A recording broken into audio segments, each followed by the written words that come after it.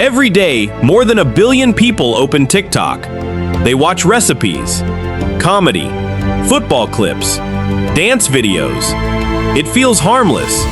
But over the last few years, governments around the world have spent enormous amounts of political capital trying to stop it. India erased it overnight. This can't be real. The United States demanded that its Chinese owner either sell the platform or risk losing one of its biggest markets.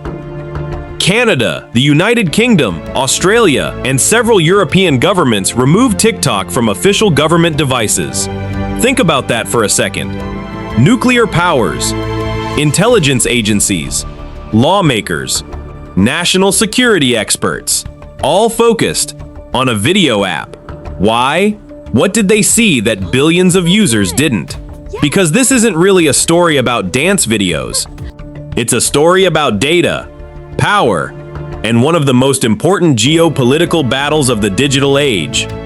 When TikTok launched globally, almost nobody took it seriously. It looked like another social media app trying to copy Vine. Even Facebook didn't see it as an immediate threat. But ByteDance, TikTok's parent company, wasn't trying to build another social network. It was building something much more powerful. An algorithm. Unlike Facebook or Instagram, TikTok didn't need years to understand you. It watched everything. How long you paused, which videos you skipped, which ones you watched twice, what made you laugh, what made you angry, even what time of day you opened the app. Every swipe became information. Within minutes, TikTok could predict what would keep you watching.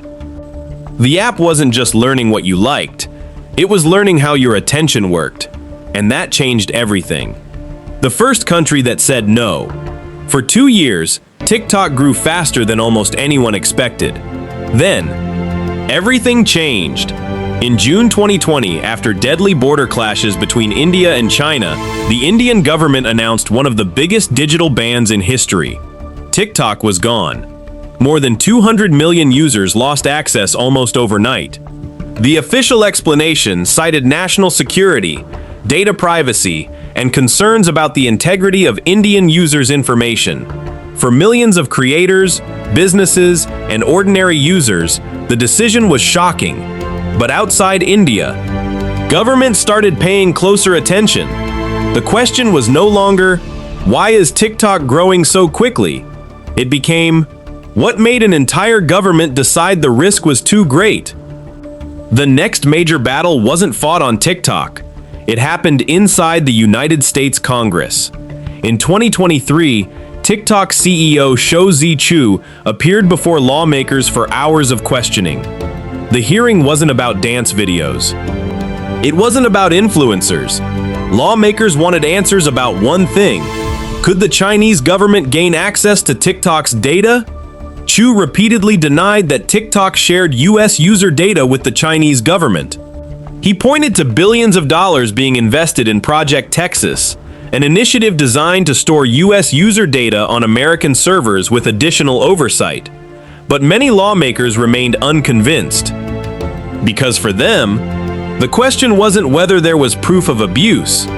It was whether the possibility itself was an unacceptable risk. Here's where the story becomes far more complicated. Almost every major social media platform collects enormous amounts of user data.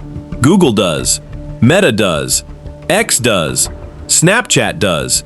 So why did TikTok become the center of global concern? The answer wasn't simply data collection. It was ownership. ByteDance is a Chinese company, and under Chinese law, governments have broad legal powers to request assistance from companies in matters involving national security.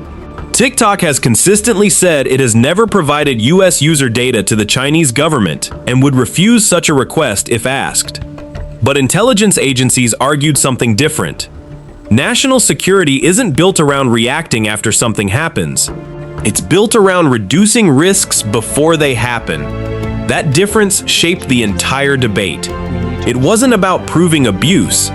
It was about deciding how much uncertainty governments were willing to accept. The real war. By now, it should be obvious. This was never just about TikTok. For nearly 2 decades, the platforms shaping global conversations were overwhelmingly American. Facebook, Instagram, YouTube, X.